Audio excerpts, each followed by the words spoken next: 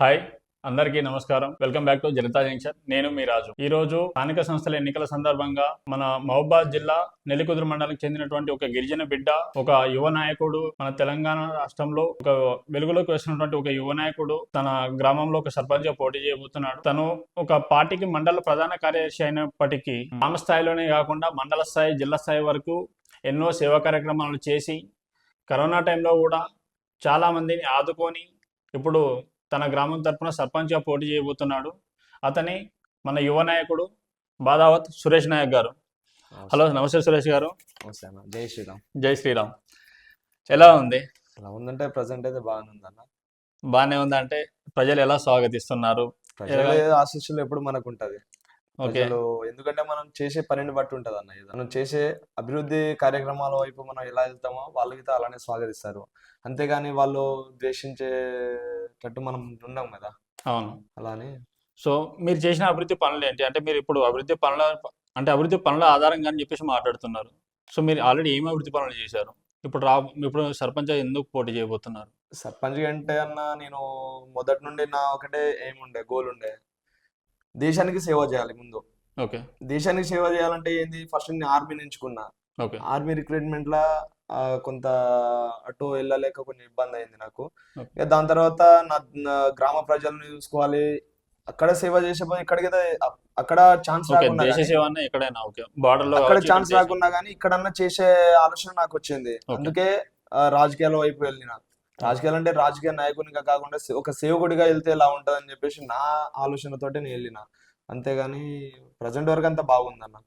Okay. So మీ గ్రామంలో ఇప్పుడు మీరు ఏ పార్టీ తరఫున పోటీ చేస్తున్నారు? నేను భారతీయ జనతా పార్టీ తరఫున మా మిస్సెస్ ని నిలబెట్టిన. ఓకే. మీరు బీజేపీ పార్టీని ఎంచుకోవడానికి గల కారణాలు? సిద్ధాంతాలు. ముందుగా ఏంటి ఆ సిద్ధాంతం? కరప్షన్ ఉండదు అందులో. ఓకే. సిద్ధాంతం ఒకటే, ఒక యూనిటీగా ఉంటది.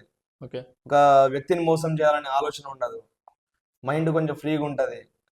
ఒకరిని మోసం చేయాలి, ఒకరిని ఇబ్బంది పెట్టాలి, ఒకరి దగ్గర లంచం తీసుకోవాలనే కాన్సెప్ట్ ఉండదు బీజేపీలో ఉంటాయి. ఇప్పటిదాకా తెలంగాణ రాష్ట్రంలో బీజేపీ పార్టీ ఇప్పటి వరకు ఒకసారి కూడా అధికారంలో వచ్చింది లేదు. మీ ప్రజలు మిమ్మల్ని ఏ నమ్మకంతో గెలిపిస్తే మీరు ప్రజల్ని డెవలప్ చేస్తారని? భారతీయ జనతా పార్టీ ఎందుకు రాలేదంటే, బీజేపీ వాళ్ళు ఇప్పుడు మంచి వాళ్ళని చాలా మంది అంటుంటారు. వాళ్ళు ఒక ఏంటంటే యూనిటీగా ఉంటారు, ప్లస్ ఏంటంటే దేశ సేవ కలిగిన వ్యక్తులుగా ఉంటారు. ఆర్ఎస్ఎస్ కార్యకర్తలు చాలా మంది ఉంటారు.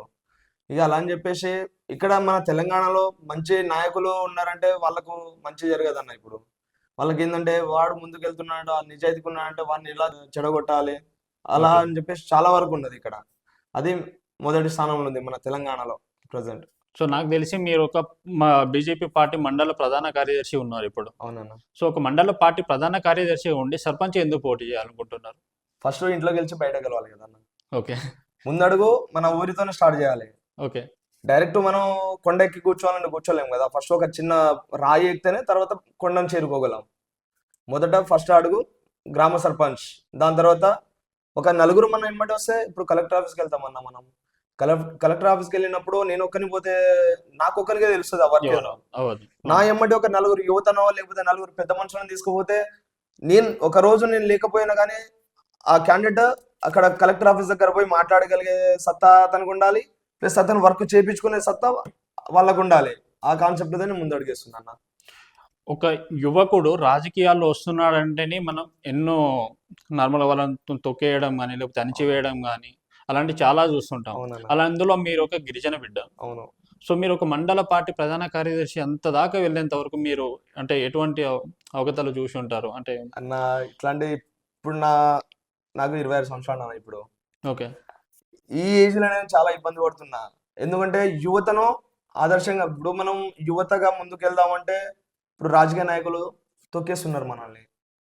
అలా కాకుండా ఇప్పుడు యువతకి అంటే వాళ్ళు ఏం చేస్తారు, వాళ్ళకు ఒక అవును. ఇప్పుడు మా దగ్గరకి కాంగ్రెస్ పార్టీ వాళ్ళు దుష్ప్రచారం చేస్తున్నారు. ఏంటంటే కేంద్రం ఇక్కడ ఉన్నది అధికార పార్టీ కాంగ్రెస్ కదా, కాంగ్రెస్ ఉంటేనే అభివృద్ధి జరుగుతుంది, ఇప్పుడు బీజేపీకి అభివృద్ధి జరగదని చెప్పేసి చాలా మంది అంటుంటారు. ఇప్పుడు అంటున్నారు వాళ్ళు అదే ప్రచారం, పొద్దున్న లేసి అదే ప్రచారం చేస్తున్నారు. వాళ్ళకి నేను ఒకటే మాట ముక్కుసూటిగా చెప్తున్నా, ఇక్కడ కేవలం ఇక్కడ అభివృద్ధి జరుగుతుందంటే కేంద్రం ఇచ్చే నిధులతోటే, 15వ ఆర్థిక సంఘం కానీ 14వ ఆర్థిక సంఘం కానీ ఈ ఫండ్ తోటే మన గ్రామం అభివృద్ధి జరుగుతుంది. ఇప్పుడు నీళ్లు నిధులు నియామకాలు అని చెప్పేసి అప్పుడు కేసీఆర్ అన్నారు. అది ఎడిపోయిందన్న ఏది కాలే ఇప్పుడు వరకు. ఇచ్చారు కదా నీళ్లు, ఇచ్చారు కదా ఎక్కడ నీళ్లు, ఇచ్చారన్న? కాళేశ్వరం కానీ పెద్ద పెద్ద. కాళేశ్వరం మీదనే కాంగ్రెస్ దుష్ప్రచారం చేస్తుంది. అది కేవలం దుష్ప్రచారం నువ్వే ఆ. అంటున్నావు కదా, ఇప్పుడు నీ మీద కూడా దుష్ప్రచారం చేస్తుందని నువ్వే అవునన్నా, అంటున్నావు. కాంగ్రెస్ సో పార్టీ కాంగ్రెస్ పరిపాలన ఎలా ఉందంటే 2 సంవత్సరాలు చేసింది ఏం లేదు, శూన్యం అన్న. మన తెలంగాణ రాష్ట్రం మొత్తం శూన్యం, జీరో ఓకే. డెవలప్మెంట్ ఉంది. ఇప్పుడు డైరెక్ట్ మనం కేంద్రం నుండి వచ్చిన నిధులతో 2 సంవత్సరాలు నడుస్తుంది.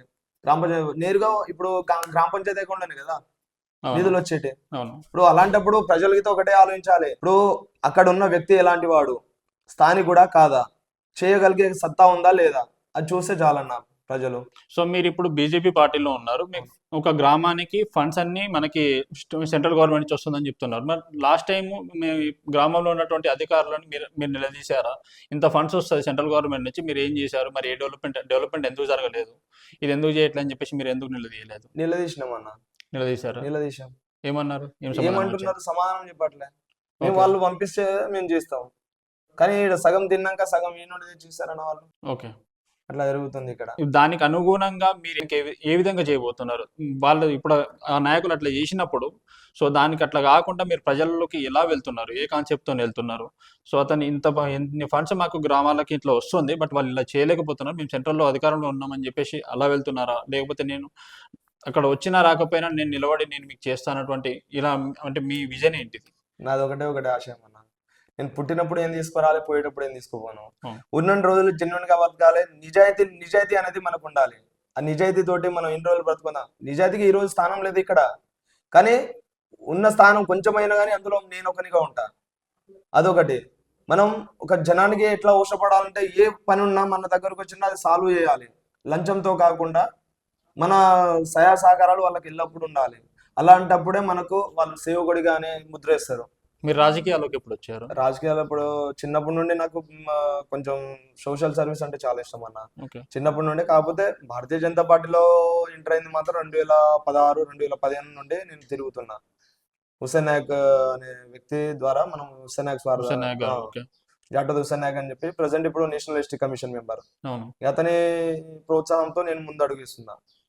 ఓకే. బట్ ఇప్పటిదాకా హుస్సేన్ నాయక్ కూడా మనకు ఇక్కడ ఎమ్మెల్యే గెలిచింది లేదు, ఇప్పుడు ఇక్కడ అయితే. అవును. సో మీరు సర్పంచ్ గెలిచిన తర్వాత మీ క్యాడర్ ఎలా ఉండబోతుంది? అంటే మీరు ఇప్పుడు మన తెలంగాణ రాష్ట్రంలో కూడా, ఇప్పుడు తెలంగాణ రాష్ట్రంలో 8 ఎంపీ సీట్లు గెలుచుకుంది బీజేపీ పార్టీ. అయినా కానీ ప్రత్యేకంగా తెలంగాణ రాష్ట్రానికి మేము సెంట్రల్ తరఫున ఇది చేస్తున్నాము అని చెప్పేసి అటువంటి నాయకులు లేరు. అవును. సో ఇప్పుడు మిమ్మల్ని ఎలా నమ్మాలి మేము? మమ్మల్ని ఎలా నమ్ముతారంటే, ఇప్పుడు మిమ్మల్ని ఎలా నమ్ముతాం మేము, అలా ఫస్ట్ చేసేదాన్ని బట్టి మనం నమ్మాలన్న. ఇప్పుడు ఇంట్లో నమ్మనప్పుడు మనం బయటకు పోయి మిమ్మల్ని ఎట్లా నమ్మని అలా అడుగుతారు కదా. ఫస్ట్ అందుకే నా ఊర్లో నేను గెలిచిన తర్వాత బయటకు అడిగేసి ఒక నలుగురితో ఫైట్ చేసేంత కెపాసిటీ నా దగ్గర ఉందన్న. ఇప్పటి వరకు ఓకే. ఎవరికి భయపడలే, ఎక్కడ లొంగలే. అదొకటే నా ధైర్యం. సో ముందుగా మీ గ్రామానికి మీరు చేయాలనుకునే అభివృద్ధి పనులు ఏంటి? మీ గ్రామంలో ఉన్నటువంటి సమస్యలు ఏంటి? సమస్యలు చాలా ఉన్నాయి అన్న, చాలా ఉన్నాయి. ఓకే. ఫస్ట్ మనం ఏంది, విద్య వైద్యం అదొకటి మెయిన్ అన్న. ఉచిత విద్య, ఉచిత వైద్యం అది అందిస్తే చాలు. ఈ ఉచిత హామీలు అనేది ఇట్లా ఇప్పుడు కాంగ్రెస్ పార్టీ ఒక 6 గ్యారంటీలు ఇచ్చింది, అవి ఒకటన్నా అమలైన. ఫ్రీ బస్ అని పెట్టేసి అన్నారు, ఫ్రీ బస్ ఒకటి, ఒక మహిళలకు ఫ్రీ బస్ అన్నారు. ఆ ఫ్రీ బస్ వల్ల ఇప్పుడు పురుషులకు ఆ బస్ రేట్ చార్జెస్ ఎంత పెంచారు. చాలా మంది ఇప్పుడు అవును, ఒక రేట్లు బస్ చాలా ఎక్కితే పెంచేశారు. అవును. ఆ రేటు పెరిగింది. ఎందుకు పెంచారు? ఇప్పుడు వాళ్ళు ఉచిత మహిళలకు ఇప్పుడు ఉచిత బస్ అని చెప్పేసి ఇచ్చారు, అంతేగాని ఆ ఉచిత మహిళలకు ఎంత పడుతుందో అదనంగా పురుషులకు పడుతుంది. సో ఇప్పుడు ప్రజలు కూడా ఆలోచించాలి కదా, ఇప్పుడు అన్ని ఉచితాలు ఇచ్చుకుంటూ పోవాలి అంటే అవును. నాయకులు వాళ్ళ జేబు నుంచి డబ్బులు తీసుకురారు కదా. అవును. ఇప్పుడు మీరు ఒక వృత్తిపరంగా మీరు ఏం చేస్తుంటారు? ఇప్పుడు నేను నా వృత్తిపరంగా అయితే నేను ఫోటోగ్రఫీ చేస్తాను. మీరు ఫోటోగ్రఫీ చేస్తారు. Yes. ఇప్పుడు మీరు ఎంత ఫోటోగ్రఫీ చేసినా సేవ చేయాలనుకున్నప్పుడు మీ జేబులో నుంచి డబ్బులు తీసుకుని రావాలనుకుంటే మీరు ఒక 1000 రూపాయలు సంపాదిస్తారు, ప్రజలు 10,000 పని ఉన్న కాడ మీ డబ్బులు పెట్టలేరు కదా. సరే, మీరు నిస్వార్థంగా సేవ చేయాలనుకున్నప్పుడు ఒక 1000 రూపాయలు పెట్టేస్తారు, మీరు మిగతా 9,000 తీసుకురావాలి కదా. అన్న సో అన్ని ప్రజలు ఉచితాలకు అలవాటు పడుతున్నారు, దానికి కారణం మీ నాయకులే. సో దీనికి అనుగుణంగా అంటే మీ మైండ్ సెట్ ఎలా ఉండబోతుంది? మీరు ప్రజల్లో మార్పు తీసుకురావాలనుకుంటున్నారా, ప్రజల్లో లేక మార్పు రావాలన్న. ఏ విధంగా? ఏ విధంగా అంటే, ఫస్ట్ మనం తినుడు తాగుడుకు బానిస కావద్దు, ఆ, అది ప్రధాన అంశం. అది మనం చేసే ముందు ఏంటంటే, మనం ఒకరు ఎదుగుతానంటే మన కళ్ళు అతని మీదనే ఉంటది. అవును. మనకంటే ముందుకు వెళ్తాండు, ఇతను ఏం చేస్తాడు, చాలా మంది అనుకుంటారు నేను మన ఇప్పుడు మన ఫోటోగ్రఫీ మన చేస్తాను. తోటి వాళ్ళు మన పక్క వాళ్ళు అవును, మనం తొక్కేస్తూ ఇప్పుడు నేను ఉంటారు. ఫోటోగ్రఫీ చేస్తానని నాకు చేసుకునే, ఇప్పుడు నేను బ్రతికేది ఫోటోగ్రఫీ ఫీల్డ్ మీద బతుకుతానా. ఇప్పుడు నాకు సోషల్ సర్వీస్ అంటే చాలా ఇష్టం. నేను ఒక 1000 సంపాదించిందంటే 500 ఖర్చు చేస్తే 500 పక్క పెట్టుకుంటాను. అది నా గుణం. ఎందుకంటే ఉన్న దాంట్లో ఆ, మనం కొంచెం మిగులు బడ్జెట్ ఉంచుకొని మిగతాది నలుగురికి హెల్ప్ఫుల్ గా ఉంటే వాళ్ళకి ఆదర్శంగా తీసుకొని ఇంకో యువత ముందుకు అడిగిస్తుంది అని చెప్పేసి ఆలోచనతోనే నేను సోషల్ మీడియాలో అయితే అప్పుడప్పుడు ఈ వీడియోస్ కానీ అట్లాంటివి అప్లోడ్ చేస్తుంటాను. ఎందుకంటే ఇంకా జనరేషన్ ఎట్లా అంటే ఇప్పుడు మిమ్మల్ని చూసి నేను నేర్చుకోవాలంటే ఒక మీ వీడియో చూస్తాను నేను, మీరు బాగా చేస్తున్నారు బా, నేను గిట్ట ఇలా చేయాలనే కాన్సెప్ట్ వాళ్ళకి రావాలి. అదన్నా. సో ప్రజెంట్ యువత అందరూ సినిమాలు అని చెప్పేసి, so some girl friends what ever friendship అని చెప్పేసి, సో షికార్లు అని చెప్పేసి తిరుగుతున్నప్పుడు మీకు వాళ్ళని చూస్తున్నప్పుడు మీరు ఎందుకు ఈ సేవా కార్యక్రమాలు నేను కూడా వాళ్ళలాగా చేయాల్సింది ఎందుకు నాకు ఇదంతా? ఎందుకంటే మీరు ఇప్పుడు మీరు చెప్పారు కదా, ఎన్నో నేను చాలా ఇబ్బందులు ఎదుర్కొన్నా ఒక మండల స్థాయి లీడర్ దాకా వెళ్ళేంత వరకే, ఒక గిరిజన బిడ్డగా అని చెప్పేసి. సో మీరెందుకు అలా ఆలోచించకుండా కేవలం ఇంకా ఎందుకు ఇలా ఇప్పుడు వాళ్ళు అలా కొనసాగిస్తున్నారు? చేసినా బ్రతుకుతున్నారు, నేను ఇలా చేసినా బ్రతుకుతాను. నాకు సేవా కార్యక్రమాలు అంటే ఇష్టం, వాళ్ళకి అలా ఎంజాయ్ చేయడం వాళ్ళకి ఇష్టం. ఓకే. ఇప్పుడు నా ఎంజాయ్మెంట్ ఏంటంటే నేను ఒక నలుగురు సేవ చేస్తే వాళ్ళ ముఖంలో చిరునవ్వు ఉంటుంది, ఆ నవ్వే నాకు చాలన్న. అది నా కాన్సెప్ట్. ఓకే. సో ఒక మీ అంటే మీ మైండ్ సెట్ ప్రకారం సర్పంచ్ అంటే ఏంటి? సర్పంచ్ అంటే ఒక సేవకుడు. సేవకుడు. ఎస్. అంటే ప్రతీది ఒక ఎమ్మెల్యే అయినా సేవకుడే. ఇక్కడ ప్రతీది ఒక పేరుకి ప్రజల కోసం సేవ అందరు చేయడానికి అలా ఉండరు వచ్చినటువంటి కదా, నాయకులే. ఓకే. అందరు అలా ఉండరు కదా. మీరు అలా ఉంటారని ఎలా నమ్మాలి మీ ప్రజలు? ఇప్పుడు మీ ఎందుకంటే చాలా మంది ఇప్పటిదాకా చాలా ప్రజలు మంది సర్పంచులను గెలిపించారు. మీ మీ ఊరి ప్రజలే మీ కళ్ళ ముందే మీరు చూశారు. మరి వాళ్ళు చేయలేదు. సో మిమ్మల్ని మాత్రం అలా చూడడానికి కారణాలు ఏంటి? గతంలో మీరు చేసిన సేవా కార్యక్రమాలు ఏంటి? కార్యక్రమంలో ఉంటాన్న వృద్ధులకు నేను ఎమ్మెల్యే ఎలక్షన్ అప్పుడు క్యాంపెయినింగ్ నేను వెళ్తుంటా అన్న. ప్రతి ఒక్క ఎమ్మెల్యే కానీ ఎంపీ ఎలక్షన్ ఉన్నప్పుడు క్యాంపెయినింగ్ చేస్తుంటా. మొన్న 2024లో 23లో ఎమ్మెల్యే ఎలక్షన్ క్యాంపెయిన్ అప్పుడు నేను చూసింది ఏంటంటే, నాది చలికాలం అప్పుడు డిసెంబర్లో మనకు ఎమ్మెల్యే ఎలక్షన్ జరిగింది. అవును. అప్పుడు మనం ప్రచారానికి వెళ్తుంటే చాలా మంది ముసలి వాళ్ళు అంటే ఇంటి బయట పడుకొని ఉంటారు. వాళ్ళకు చలి కాలం అంటే చలి బాగా, ఇప్పుడు మనం ఎంత యంగ్గా ఉన్నా మనకు చలి బాగేస్తుంది. అట్లాంటి వృద్ధులకు నేను అది తట్టుకోలేక నేను అట్లాంటి సేవ వాళ్ళకు చెద్దర్లు అందించడం, స్కూల్లో బ్లాక్ బోర్డులో పిల్లలకు పెన్సిల్ పెన్నులు బుక్స్లు ఇవ్వడం, అట్లాగే ఒక నలుగురు ఎవరైనా కార్యకర్త ముందుకు వచ్చి ఎవరైనా కానీ వాళ్ళకి అవసరం ఉన్నదంటే వాళ్ళు ఆదుకోవడం, అట్లాంటి ఎన్నో సేవలు చేసిన. మేజర్గా ఏంటంటే మన దగ్గర మెడికల్ క్యాంపు అది నేను పెట్టించిన మన దగ్గర, అది బాగా సక్సెస్ అయింది. బ్లడ్ డొనేషన్ లాంటివి. బ్లడ్ డొనేషన్ ఏం కాదు, ఇప్పుడు వాళ్ళకు హెల్త్ చెకప్, బీపీ కానీ షుగర్ కానీ ఏ లెవెల్ ఉంది, ఆ, ఇప్పుడు అది మేజర్గా ఎట్లుండాలి, ఓకే బీపీ లెవెల్ ఎట్లుంది, బ్లడ్ టెస్ట్ ఇట్లాంటివి చేయించడం జరిగింది అన్న. సో ఇదేనా ఇలాంటి సేవా కార్యక్రమాలు మీరు చేయాలనుకుంటున్నారా? లేకపోతే ఇవి కాకుండా ఇంకా మీ ఊరికి మీ ఇంకున్నాయన్న, నా దగ్గర మేనిఫెస్టో ఉంది ఒకటి. ఓకే. అది మనకు జనాలకి ఎట్లా ఉండాలి, అభివృద్ధి అంటే నేను అది ఇస్తా ఇది ఇస్తా అని ఉచిత హామీలు ఇస్తా నేను, అది కాదన్న. ఈ మేనిఫెస్టో అంటే ఎలా ఉండాలి, ఒక ఆడపిల్లకి ఎలా ఉపయోగపడాలనేది మన దగ్గర ఉందన్న. ఇది ఓకే. సొంతంగా మీకంటూ ఒక మేనిఫెస్టో మీరు తయారు చేశారు. మేనిఫెస్టో మా యువత అనేది ముందుకు వచ్చిందన్న, వాళ్ళ Okay. సపోర్ట్ తోనే ఇది మేనిఫెస్టో తయారు చేయడం జరిగింది. ఎందుకంటే యువతకు ప్లస్ ఇక్కడ ఉన్న ప్రజలకు అవసరం అయ్యేటే ఉన్నాయి ఇందులో. ఇందులో ఉచిత హామీలు అనేది ఏం లేదన్న. ఉచిత హామీలు నేను అది చేస్తా ఇది చేస్తా మిమ్మల్ని మీకు అంత అమౌంట్ ఇస్తా అని చెప్పేసి ఈ హామీలు అట్లాంటిది ఏం లేదన్న. జనాలకి ఎలా ఉపయోగపడాలో అలానే ఉంది ఇది. సో మీరు Manifesto. డబ్బులకి ఇప్పుడు ప్రజలకి డబ్బులు పంచడాలు ఓటికి ఇంత అని చెప్పేసి అలాంటి ఏం లేవా? ఎందుకంటే ఇప్పుడు నేను చాలా చూస్తున్నా. అండ్ ఇంకొక ముఖ్యమైన విషయం ఏంటంటే ఈరోజు మన తెలంగాణ రాష్ట్రంలో ఎప్పుడు లేనంతగా ఫర్ ద ఫస్ట్ టైం ఏకగ్రీవం అని చెప్పేసి బాగా జరుగుతుంది. అవును. ఎట్లా అంటే బహిరంగంగా ఓటును వేలం వేసేస్తున్నారు. దానిపై మీ మీ ఆలోచన ఏంటి? అన్న లాస్ట్ టైం క్రితం మా దగ్గర సర్పంచ్ ఎలక్షన్ ఏకగ్రీవం అయిందన్న. అందులో డెవలప్మెంట్ అనేది ఏం జరగలే, కరప్షన్లు బాగా జరిగినాయి. అందుకనే క్యాండిడేట్ ని పక్కన పెట్టి ఈసారి ఎలక్షన్ లో ఉండాలి, పోటీలు ఉంటే వాళ్ళకి మరి తెలిసి అప్పుడు ఎందుకు వస్తుంది. ఓటు చేయలేదు మీరు? అప్పుడు ఎందుకంటే యువతకు ఛాన్స్ వచ్చింది. నేను అప్పుడు చేయాలని ఒక వ్యక్తికి నమ్మి మా తండ ప్రజలంతా ఏకగ్రీవంగా ఎన్నుకున్నాం. ఆ వ్యక్తి చేయనప్పుడు ఈసారి అంత ఆలోచన రాలేదన్న ఎవరికి. సో ఏకగ్రీవం అంటే ఇంత డబ్బులకు అని చెప్పేసా, లేకపోతే నిజంగా ప్రజలందరూ మనస్ఫూర్తిగా ఎన్నుకుంటున్నారా? ఎందుకంటే ఈ రోజు మనం ఓపెన్ గా మాట్లాడుకోవాలంటే నిజంగా మనం చాలా చూస్తున్నాం. ఒక దగ్గర అయితే 55 లక్షలు బహిరంగంగా గ్రామ పంచాయతీ ముందే వేలం చేశారు. ఒక దగ్గర నేను కల్లారా చూసి 30 లక్షలకు ఒక దగ్గర. అవును. సో వాళ్ళు ఒక ఒక కేవలం ఒక గ్రామ స్థాయి నాయకుడు 50 లక్షలు 30 లక్షలు అని చెప్పేసి వాళ్ళు అధికారాన్ని తీసుకున్నప్పుడు వాళ్ళు ప్రజలకు డెవలప్మెంట్ ఏ విధంగా చేస్తారని చెప్పేసి మనం నమ్మచ్చు. ఇప్పుడు నువ్వే అంటున్నావు ఏకగ్రీవంగా మేము ఎన్నుకున్న డెవలప్మెంట్ చేయలేదని చెప్పేసి. వాళ్ళంత డబ్బులు పెట్టి ఒక సర్పంచ్ పదవిని కొనుక్కున్నప్పుడు మళ్ళీ వాళ్ళు అభివృద్ధి ఏ విధంగా చేయగలుగుతారు అంత అదే డబ్బులు కదన్న, ఇప్పుడు పెట్టేసినప్పుడు? జనాలలో మార్పు రావాలి. ఇప్పుడు సేవకుడు అన్నప్పుడు అతనికి సపోర్ట్ ఏంది అనే దగ్గర ఏం ఆశించకుండా డబ్బులు పంచినా కానీ తీసుకోకుండా ఉంటే ఆ గ్రామానికి ఏమైనా చేయగలిగే సత్తా యువతకు ఉంది.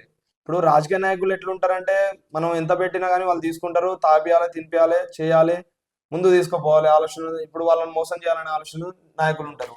కానీ సేవకులు అట్లా కాదన్న. ఇప్పుడు వాళ్ళ దగ్గర నుండి ఏం ఆశించకుండా చేసేవాడే సేవకుడు. ఓకే. సో ఇప్పుడు మీరు మీ గ్రామ ప్రజలకి మీరు ఏం చెప్పాలనుకుంటున్నారు? ఏం చెప్పాలంటే అన్న, అభివృద్ధికి 5 ఏళ్ళు అన్న. అంటే మన 5 సంవత్సరాలు సర్వీస్ చేసే అందులో మనం అభివృద్ధికి 5 ఏళ్ళు అని చెప్పేసి నా నినాదం ఒకటే అన్న, అభివృద్ధికి 5 ఏళ్ళు. ఆ అభివృద్ధికి 5 ఏళ్ళు అంటే అమ్మాయిలకు పెద్ద పీట అనేది మనం ఉండాలన్న.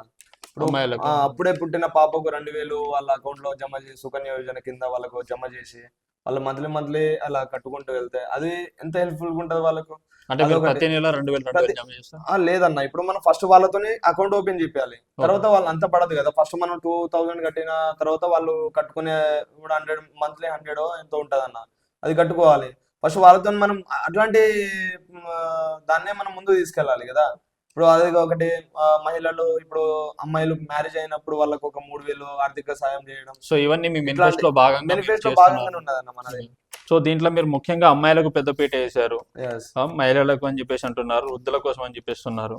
సో విద్యాభివృద్ధి అంటే మీ ఊర్లో అంటే మీరు చూస్తున్న సమస్యలు ఏంటి ప్రజెంట్? ఎందుకంటే ఈ రోజు విద్యాభివృద్ధి చాలా మంది ప్రైవేట్ లక్షల ఫీజు కట్టి మీరు ప్రైవేట్ స్కూల్కి పంపిస్తున్నారు. అయినా కానీ ఎందుకంటే గవర్నమెంట్ స్కూల్స్లో ఇప్పుడు మేము గవర్నమెంట్ స్కూల్నే చదువుకున్నాము.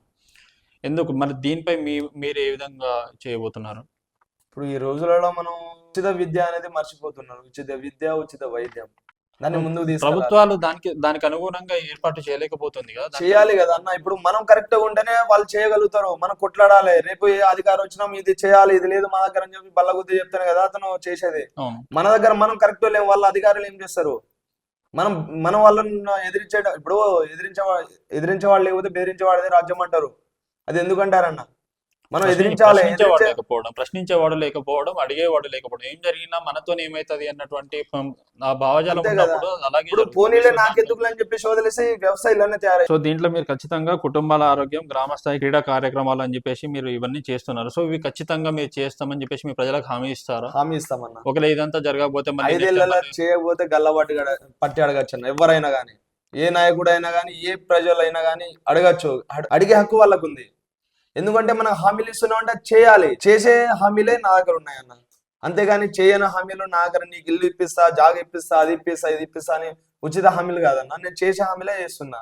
గ్రామానికి ఏది అవసరం ఉందో అదే మన మేనిఫెస్టోలో ఉంది. సో దీనిపై మీకు మీ హైయర్ లెవెల్ క్యాడర్ తరపున మీకు సపోర్ట్ ఉందన్న. ఎల్లవేళలా హుస్సేన్ నాయక్ ఉన్న రోజులు నాకు ఎలాంటి హాని జరగదు. నా ప్రజలకు అతను మంచిగా చేస్తారని ప్రజల నమ్మకం అయితే ఉందన్న. నేను చూసిన ఒక సందర్భంలో నేను చూసిన మీరు ఒక రాకేష్ రెడ్డి, ఇప్పుడు బీఆర్ఎస్ పార్టీలో ఉన్నటువంటి రాకేష్ రెడ్డి గతంలో బీజేపీ పార్టీలో ఉన్నారు. అవునన్న. అతనితో కూడా మీరు తిరిగారు, అవును. అతనికి మీరు సపోర్ట్ చేశారు. కానీ అతను ఓకే టికెట్ రాలేక ఏవో కారణాల వల్ల అతను పార్టీ మారారు. సో ఇలా రేపు హుస్సేన్ నాయక్ కూడా పార్టీ మారినప్పుడు మీరు పార్టీ మారారా? మారమన్న.